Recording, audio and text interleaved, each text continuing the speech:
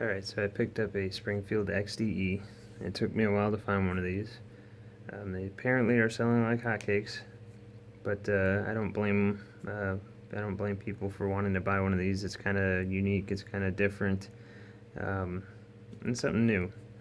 So I know Springfield had their big issue in Illinois. A lot of people were pretty heated about that.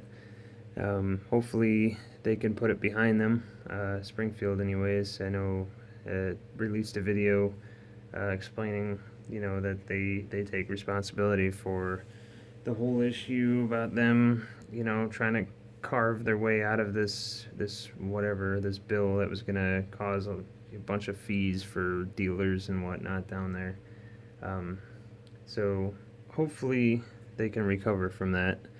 I don't know what the results have been so far, if their sales are plummeting and whatnot, but I had my mindset on getting one of these before all that stuff, and I decided to still go through with that. And some people might disagree with that or might think that was stupid and whatnot. I don't really care. um, I had the intention of buying this regardless, so hopefully, like I said, Springfield can get their butts in gear and try to do whatever they can to repair the damage they've done. I do believe, I don't know what to believe really with it, but again, I wanted one of these. So just a quick comparison between this and the XDS. So obviously you can tell straight up, the bore on the XDS is much closer to your hand than it is on the XDE. Yeah, you got quite a chunky looking frame here. Up here, it's quite a bit taller at the top. The grip is about the same length overall, just minor difference in grip length, mainly towards the back. But again, it's almost exactly the same length. So as far as the grip goes, it feels pretty much exactly like the XDS. The only exception, of course, is the grip texture. And I know everybody disses the whole grip zone. Oh, why does that have to say grip zone? Everybody should know where to grip it anyways. Who cares about that? That is not the point. The texture on it's really nice. It's nice and grippy, but it's not like overly grippy. Where this, I guess, is not really overly grippy, but it's kind of rough on your hands. So you shoot this a decent amount at the range and you're like, okay, I'm not really digging this. It digs into your fingers, so I guess in a way digging it, it digs into your hand and it just makes it uncomfortable. So that is the one thing I really don't like about this pistol, especially after handling the new grip zone ones like the XD Mod 2 that I have as well. And I would much rather them stick with this. I don't give a shit if it says grip zone on it or not. That doesn't matter to me. It's going to be in the pocket or in my hand. Not pocket, but in a holster or whatever, concealed. Nobody's going to care. I don't care. So get over that. Really. Seriously. So, anyways, it's a hammer-fired pistol, which is probably why they had to make it a bit thicker here. For the hammer and the safety, the decocker as well. It's a safety and decocker. I don't really ever plan on using the safety for any reason, but the decocker is nice.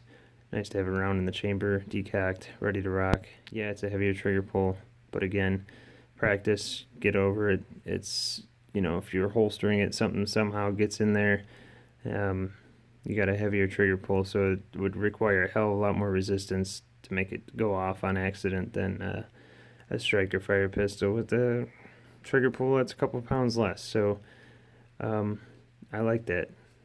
Whatever. I'm not going to be going out of my way to shoot it all the time in double action, but again, for the sake of carrying it safely, but still ready to rock without having to flip a safety or forget to flip a safety, which would be pretty big problem.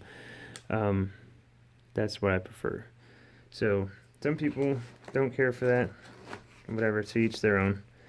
But of course, this grip length, even though it's about the same as the XDS, obviously having the chamber and the barrel higher and the larger part of the frame up here requires the magazine to be a bit longer for those rounds to get into the chamber.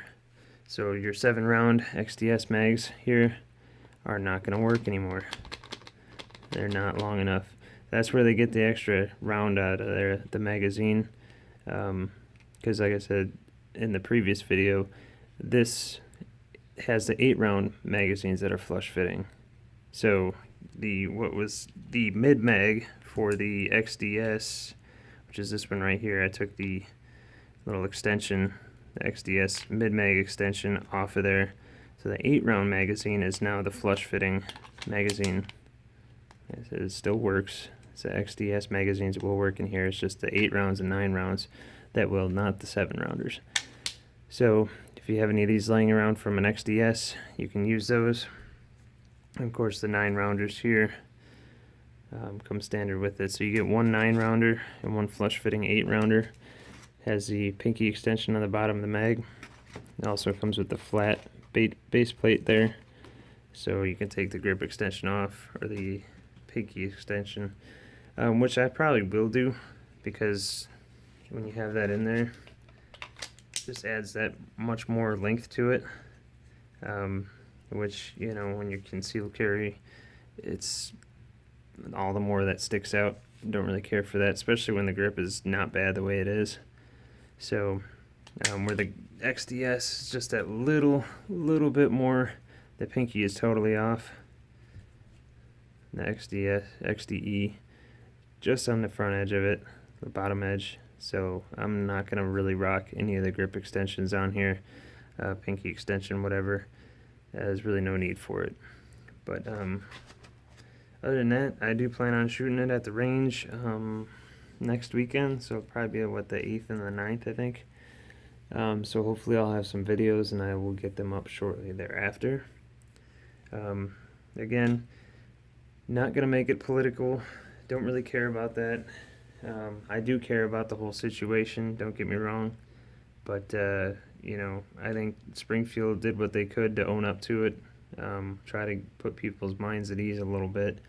Whether it works or not, that's only time will tell, I guess. But these things are selling, and I think that's pretty cool. But hopefully, you know, Springfield is being 100% truthful in what they were saying.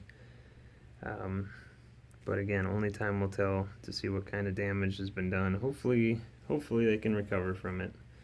But so if you're interested in the XDE, keep an eye on videos I might be posting shortly. If you're not, if you hate Springfield, whatever, so be it.